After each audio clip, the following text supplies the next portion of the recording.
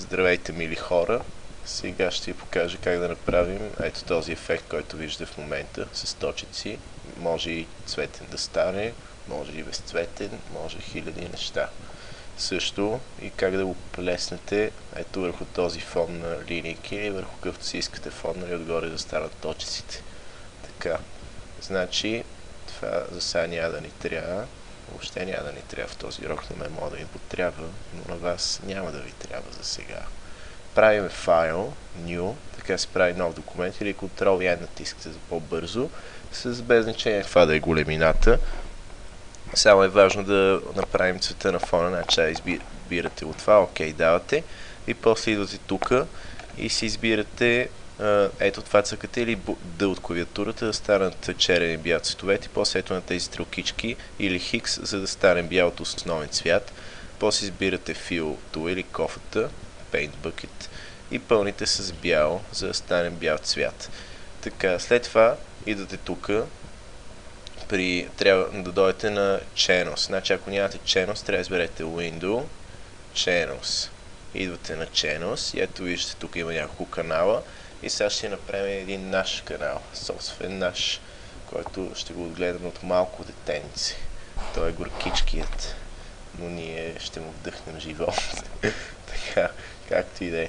Правиме, ето това, от това се прави нов канал, цъкате го и виждате как става черен фона, но не се безпокойте. Избираме ето тук след това Pen Tool, това се казва Pen Tool, тук където е като писалка изглежда. Монитора ми има някакви лайна по него. Така, избирате пена и си правите ето така една линия през средата. Тоест цъкате тук, задържате Shift и после някъде към края пак цъкате и виждате как става линия. След това около средата отново кликвате и виждате как се получава тук една голяма и тук две мънички точки. Значи натискате Ctrl и докато го държите, отивате при една от тези малки точки, натискате с лявото на мишката и дърпате малко нагоре и ето така малко, за да стане, виждате как става вълнообразна линия. Така, като го направите това, давате с дясното копче и избирате, при Stroke Pad трябва да си настроим това, трябва да си настроим четката, значи избирате от тук четката, бръщото с B се избира и виждате какви са и настройки, значи кликвате с дясното и виждате мастер диаметър на около 100 и трябва да изберете една от тези бърните четки, меките. Така, избирате я и след това отново си избирате Pen Tool, с P си избира, за по-бързо работете с клавиатурката, препоръчително си. Така, цъкате с дясното и после избирате Stroke Pad, за да стане все едно сме го минали с четка. Избирате от тук бръш, не пенсил, ако е пенсил дайте бръш и OK давате. И виждате как става сега, шерифетската става. Така, за да не са тия лайна тук от пътя, кликате с дясното и избирате Delete Pad, да го премахне. Така, маха се и после трябва да приложим филтър за точки. Значи отивате на филтър, Pixelate, Color Half Tone. Това е филтър, който прави точки. Значи филтър, Pixelate, Color Half Tone и трябва настройките да са по дефолт. Или може и да си промените вие, но за сега по дефолт ги дръжте. Ето тук цъкате на дефолт. И сега ако ви е по-голям, така, ако ви е по-голямо очертанието, дайте радиус 8, ако е някакво по-малко, го дайте по-малко, примерно 7 или 6 или нещо такова. За сега 8 мисля, че е добре. И ето виждате как става всичко на точки. Значи не запомнихте. Филтър Pixelate, Color Half Tone. Това е филтъра.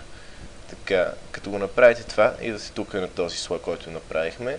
И натискате, докато държите контрол, виждате как се променя курсора на мишката, за да става с едно квадратче и кликвате за да изберем очертанията на канала. След което отново се прехвърляме в палитрата Layers, нали, на слоевете. Правиме си нов слой от тук, така цъкваме тук, само веднъж. И си избираме отново бял цвят с кофата. Така, избирате и цъкате, за да се запълни. Значи, сега бял ще го направи, може да си изберете какъвто си искате цвят, нали? Ето на нов слой може да го запълним с някакъв друг цвят, примерно лилаво или зелено или каквото ви дойде. Но за сега бял ще го направя. Само да ви кажем, че може е без значение какъв цвят да си го запълните. Така, след което натискате, за да смятате очертанията или Ctrl-D, или отгоре избирате Select, Deselect. Select, deselect, ето това, дето не е активно в момента, защото нямаме селекция. Така, като го направите, сега нищо не се вижда, но това не значи, че нищо няма. Ето виж, ако махна това, се вижда тук някакви. Виж колко гадно става.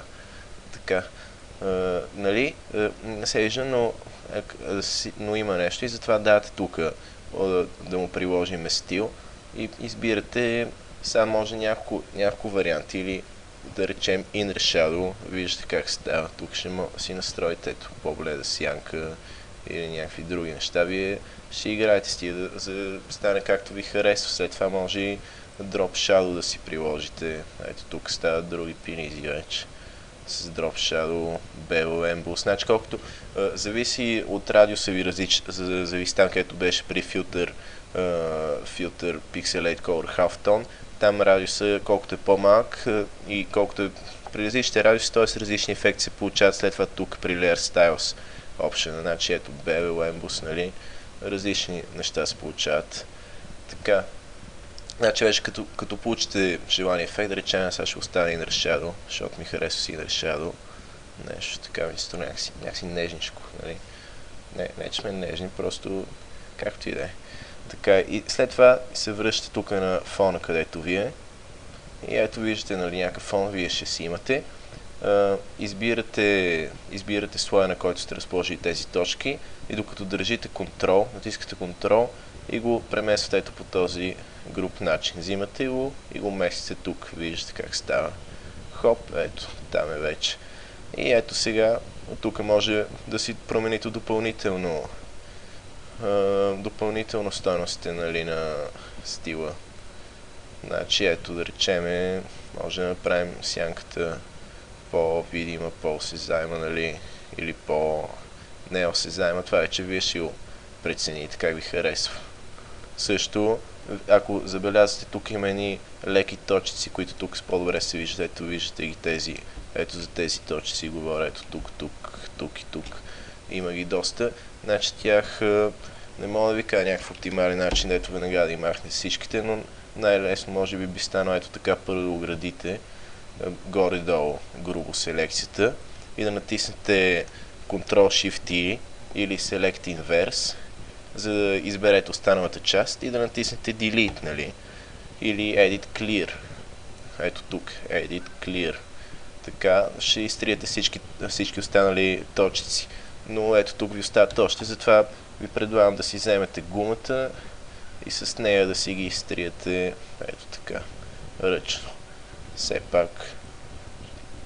И ето виждате как се получават точките, значи разбрахте, много приложения мога да има урока, защото много стилове мога да приложите на самите точки, значи, нали, не е само Inner Shadow, може и Drop Shadow и Bevel и Emboss и още каквото ви дойде.